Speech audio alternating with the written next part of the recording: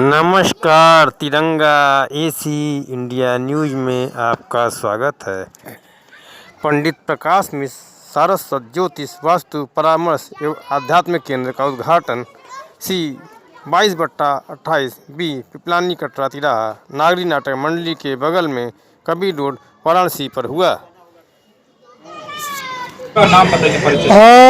नमस्कार, मैं पंडित प्रकाश मिश्रा यह वाराणसी का काशी का रहने वाला हूँ। मेरे दादाजी स्वर्गीय पंडित निष्कामेश्वर जी मिश्रा लाल बहादुर शास्त्री के गुरु रहे। मेरे पिता स्वर्गीय पंडित गोपाल कृष्ण मिश्र जिन्होंने मुझे ज्योतिष की विद्या दी और मैं उसी को संभाल रहा हूँ। उनका एक ही ध्येय था कि ब्राह्मण को हमेशा सत्य बोलना चाहिए और उसे कोई भी कुंडली या हस्तरेखा या वास्तु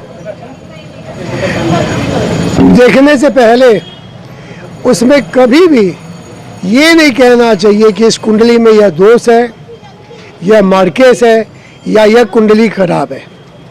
उन्होंने मुझे यही सिखाया कि कभी भी कुंडली देखो तो विद्वान ब्राह्मण जो सरस्वती का उपासक होता है, हम लोग सारस्वत सरस्वती के उपासक हैं, तो उन्होंने यही कहा कि आप जो है माँ सरस्वती से ये मांगते हैं कि हे माँ सरस्वती, मैं जो भी बोलूँ वह सत्य हो। तो इसी को लेके कुंडली को या किसी भी चीज़ को बारे में सही बोलना ही हम लोग को सिखाया गया है, जो हम लोग काम करते हैं।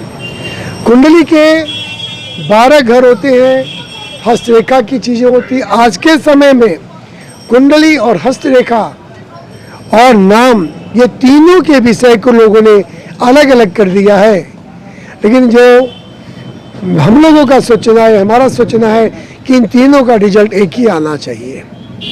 कुंडली में हस्तरेखा के योग और हस्तरेखा में कुंडली के योग जरूर बनने चाहिए और उसमें वास्तु भी सम्मिलित होना चाहिए, तभी उसका फलादेश सटीक होता है। जनमानस को कैसे पता लगे कौन ज्योतिष सही है कौन गलत है?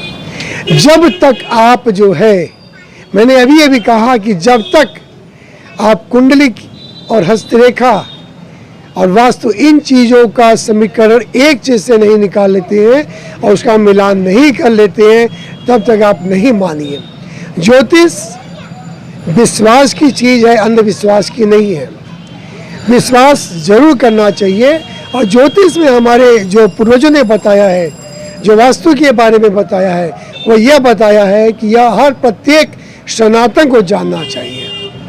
ज्योतिष हमारे धर्म, अर्थ, काम और मोक्ष इस गति को पहचानने के लिए है कि मोक्ष कैसे मिलेगा।